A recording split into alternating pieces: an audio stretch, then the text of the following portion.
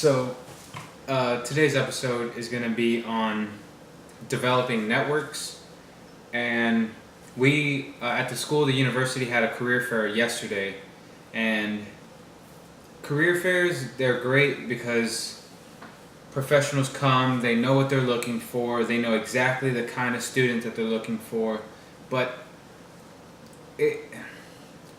there's a lot of people that really like it, but personally, to me, it wasn't my favorite thing. It kind of felt like what I would imagine speed dating is, but speed dating for jobs. And it was just kind of it didn't necessarily feel like the most impactful way to make a connection with a future employer, at least first impression wise. But from what I've heard and from what I've read, I hear that most people get jobs through their network. And so today's chapter is called Developing Networks. But I wanted to take this slightly in a different route, and just some my thoughts on networking throughout my time here at university, and my experiences with a bunch of friends, and all of us having slightly different ideas on networking. So networking, a big vocab word or a big word that shows up when researching networking is social capital. And social capital is personal social networks populated with people who willingly cooperate, exchange information, and build trusting relationships with each other. And so being able to cooperate, share information, and trust each other, that's really the main reason people want to network. But the way I wanted to approach this topic of networking was through books. And of course the channel is called Living Room Library. There's a ton of books right here, but through that phrase of social capital, I want to show how books can be used as a way of networking or a way of developing your ability to network with others. So just to begin, a couple of things that I find fascinating with books is the author's stories. So this author, Norman Brodsky, and Bo Burlingham. Let me try to find the about the author's page.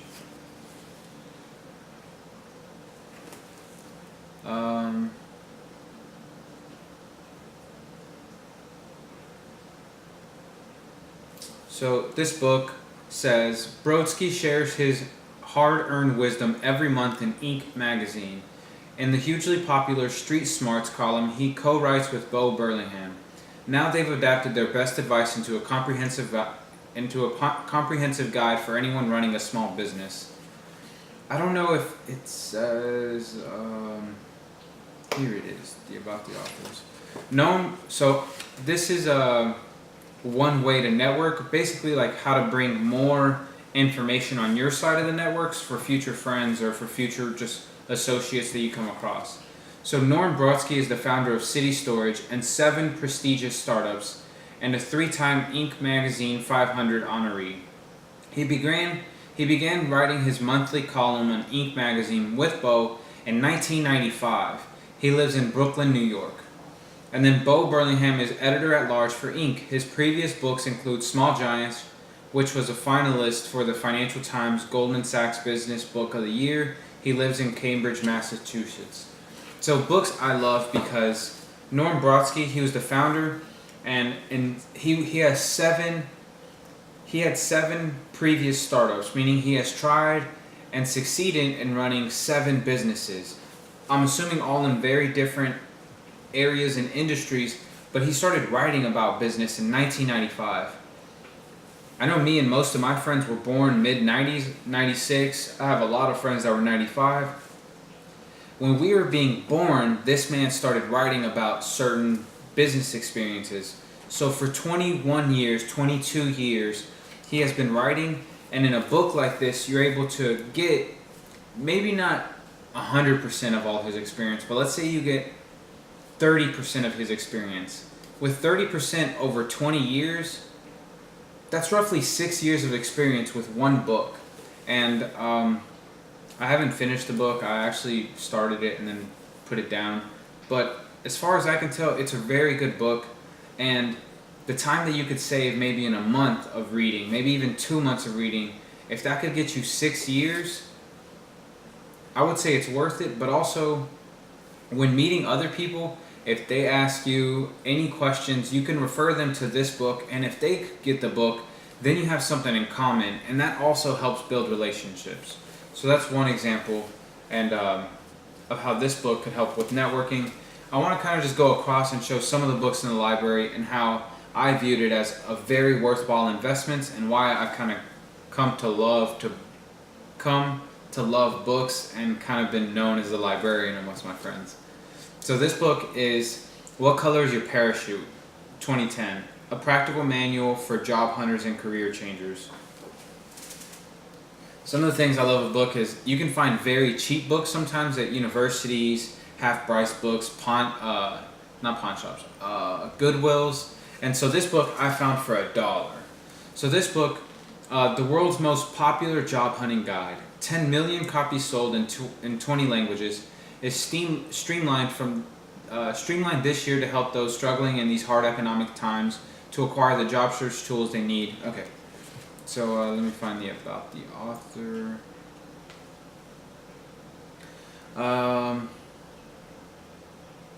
So the author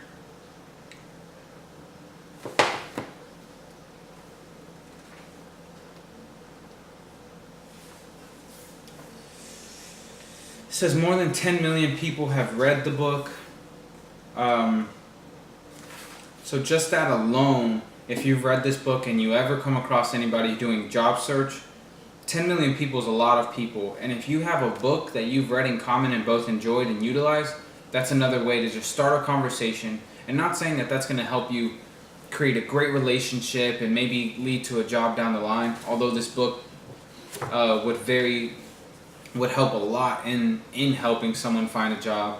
But if you talk to anyone about job searching or ask anyone questions and you've read this book, they're more likely to take you seriously because you've already done some of the work beforehand. And in building relationships, a lot of the times, especially mentor and mentee kind of relationships, they want to know that you're willing to put some work up front before they really try to help you with their resources, their network, the people they know, job opportunities that they've heard about. And so reading a book like this kind of shows that you've already been willing to take some action beforehand.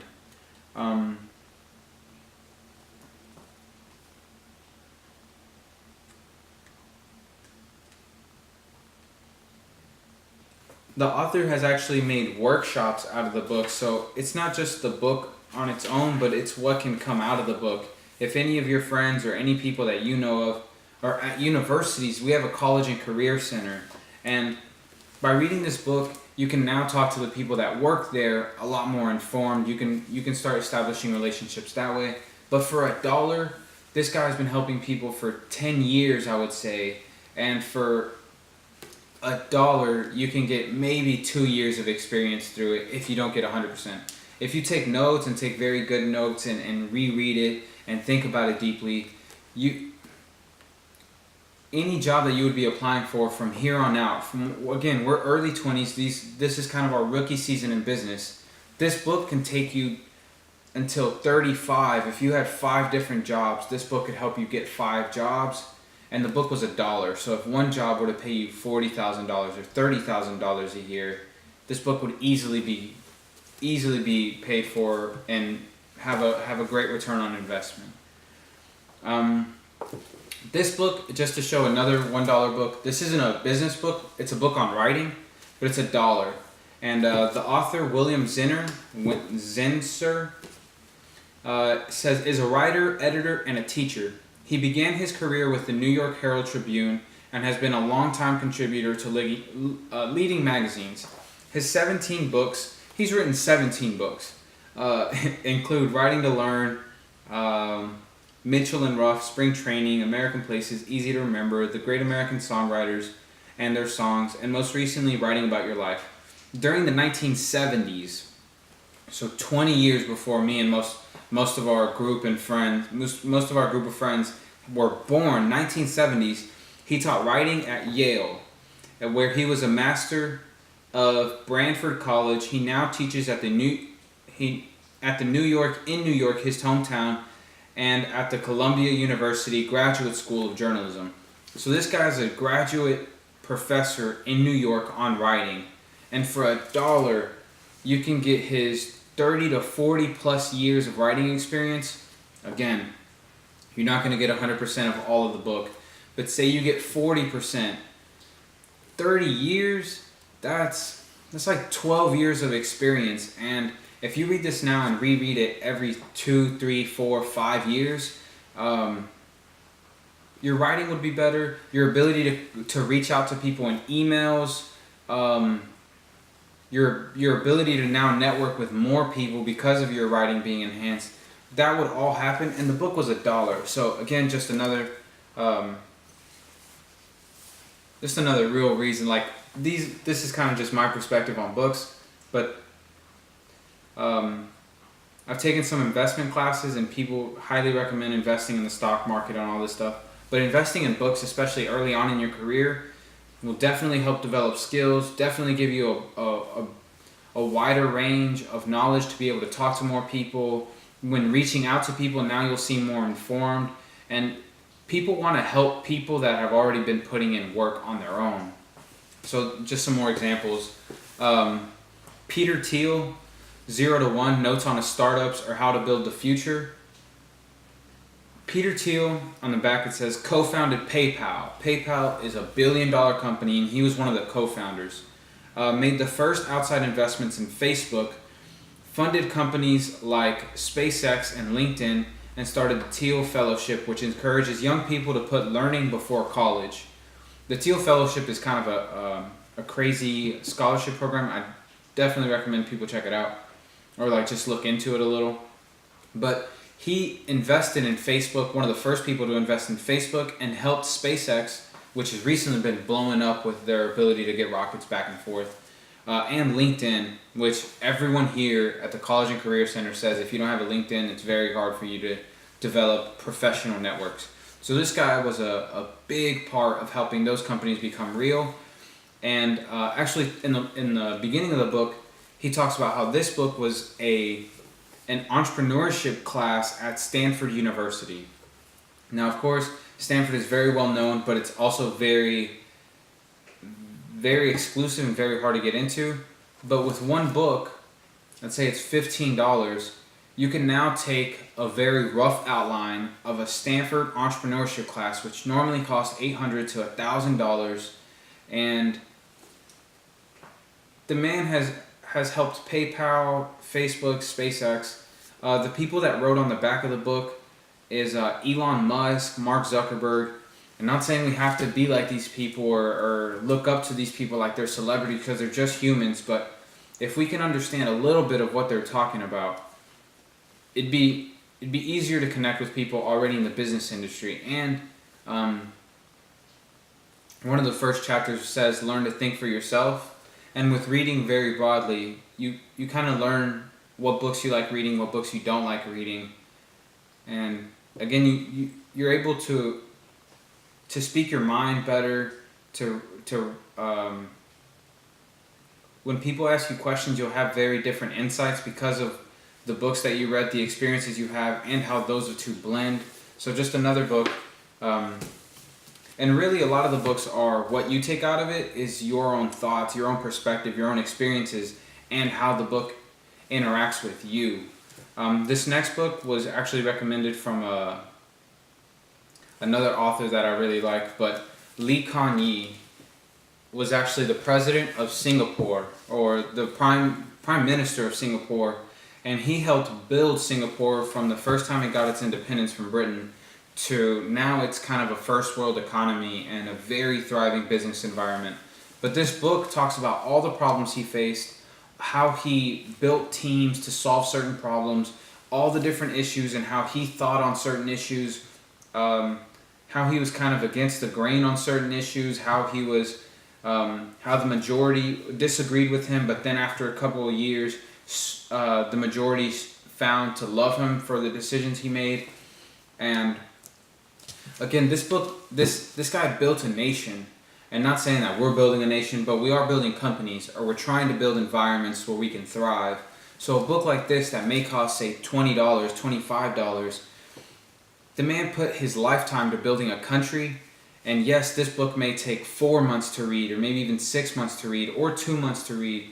But after reading it, if you only get 10%, 20% of his experience and the words that are in this book, and learn how to apply them in our lives, we'll be years and years ahead of where we would have been otherwise. So another book, this one's slightly different than the rest of the books. This guy Tim Ferriss, the title is Tribe of Mentors. And with networking, a lot, especially rookie season, we're very young. Our goal is to get people to teach us so we can learn from their mistakes, from their experiences, so we can go beyond what they did and make new mistakes, so then we can teach the generation after us from our mistakes and the mistakes of the people that we learned from. But Tim Ferriss wrote a book, and the subtitle is Short Life Advice from the Best in the World. And this book, he got more than, I want to say, 150 people from all different industries, and he got them and asked them 10 questions, or very specific questions. And I just want to share a couple of questions with you, because just to show how much this one book can give to us and save us time and make sure that we don't make some of the same mistakes that 150 people who are now at the top of their industries made when they were starting out. So some of the questions are: what is the book/books that you have given most as a gift, or why? Or what are one to three books that have greatly influenced your life?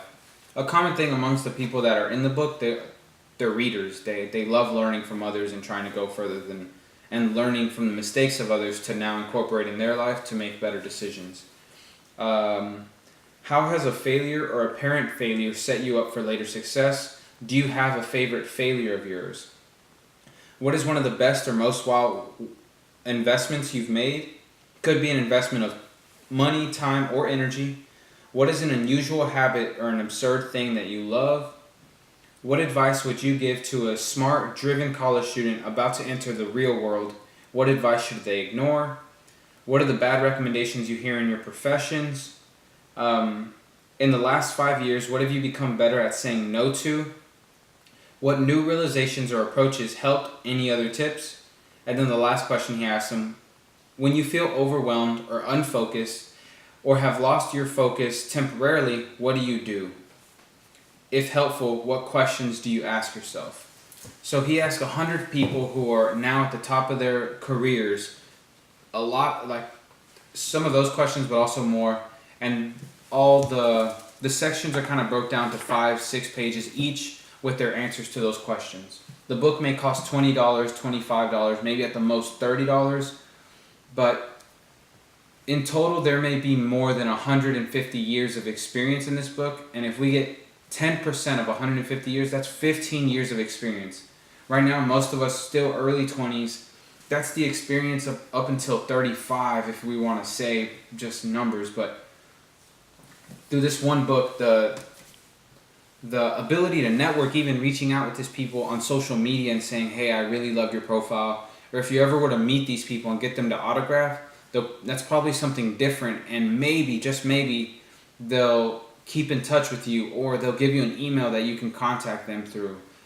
The possibilities of this are kind of up to you and up to us on how we use them, but just another example of networking. The Start-up Playbook, the author did something similar like to Tim Ferriss, but instead of just general with actors, musicians, business leaders, scientists, religious leaders, political leaders,